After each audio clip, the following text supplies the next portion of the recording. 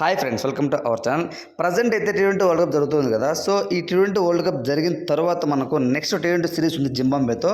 దానికి సంబంధించిన స్క్వాడ్ కూడా వదిలేరనమాట. అందులో శుభ్మన్ గిల్ అయితే కెప్టెన్సీగా నియమించారు, అది వేరే విషయం. కాకపోతే తెలుగు తేజమైనటువంటి నితీష్ కుమార్ రెడ్డిని సెలెక్ట్ చేశారనమాట. సో అందరూ కూడా చాలా గర్వంగా ఫీల్ అయ్యారు, మన తెలుగుడు మన ఇండియన్ తరఫున ఆడబోతున్నారని చెప్పి. చాలా అయితే చాలా మంది హోప్స్ పెట్టుకున్నారు. ఖచ్చితంగా ఈసారి టీ20 వరల్డ్ కప్ అయిపోయిన వెంటనే మనం నితీష్ కుమార్ రెడ్డిని, తెలుగు తేజంని మళ్ళీ మనం చూస్తున్నాము అని అందరూ సంబరపడ్డారు.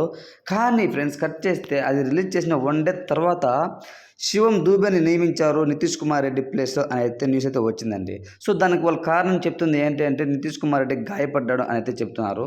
బట్ ఫ్రెండ్స్, నాకైతే ఒకటి అర్థం కాలేదు. యాక్చువల్గా ఏంటంటే, మనం ఎప్పుడైనా సరే ప్లేయర్స్ సెలెక్ట్ చేసేటప్పుడు వాళ్ళు కొన్ని టెస్టులు చేస్తారు. ఆ టెస్టులో పాస్ అయిన వాళ్ళ మీద తీసుకుంటారు అనమాట. సో ఆల్రెడీ నితీష్ కుమార్ రెడ్డిని టెస్టులు చేశారు, తను ఫిట్గా ఉన్నాడని తెలిసింది, తను సెలెక్ట్ చేశారు. కానీ మళ్ళీ ఇప్పుడు తనకు ఏమైంది, ఎందుకు గాయమైంది, సో అది ఏమీ చెప్పుకోకుండా, సో తను ఏంటంటే అన్ఫిట్, కొంతవరకు గాయమైంది, తను ఇంజ్యూర్డ్ అని చెప్పి చెప్తున్నారనమాట.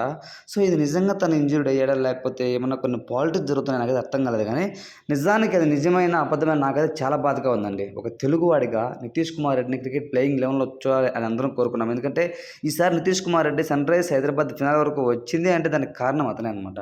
సో కాబట్టి దాన్ని ఎవరు మర్చిపోరు.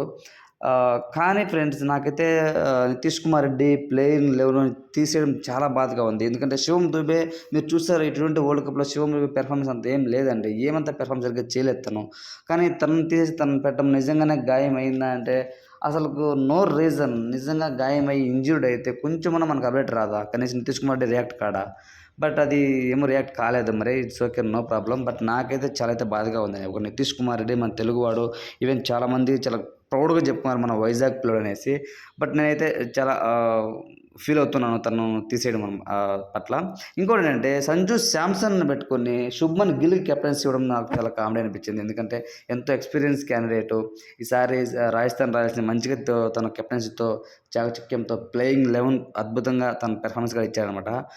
అదే మీరు శుభ్మన్ గిల్ చూసినది ఫస్ట్ టైం కెప్టెన్ చేశాడు జీటీకి, అంత పెర్ఫార్మెన్స్ ఏం లేదు తనదు. అసలు పాయింట్స్ టేబుల్ లీస్ట్లో ఉండేది. సో నాకైతే అస్సలు నచ్చలేదు శుభ్మన్ గిల్ కెప్టెన్సీ ఇవ్వడము.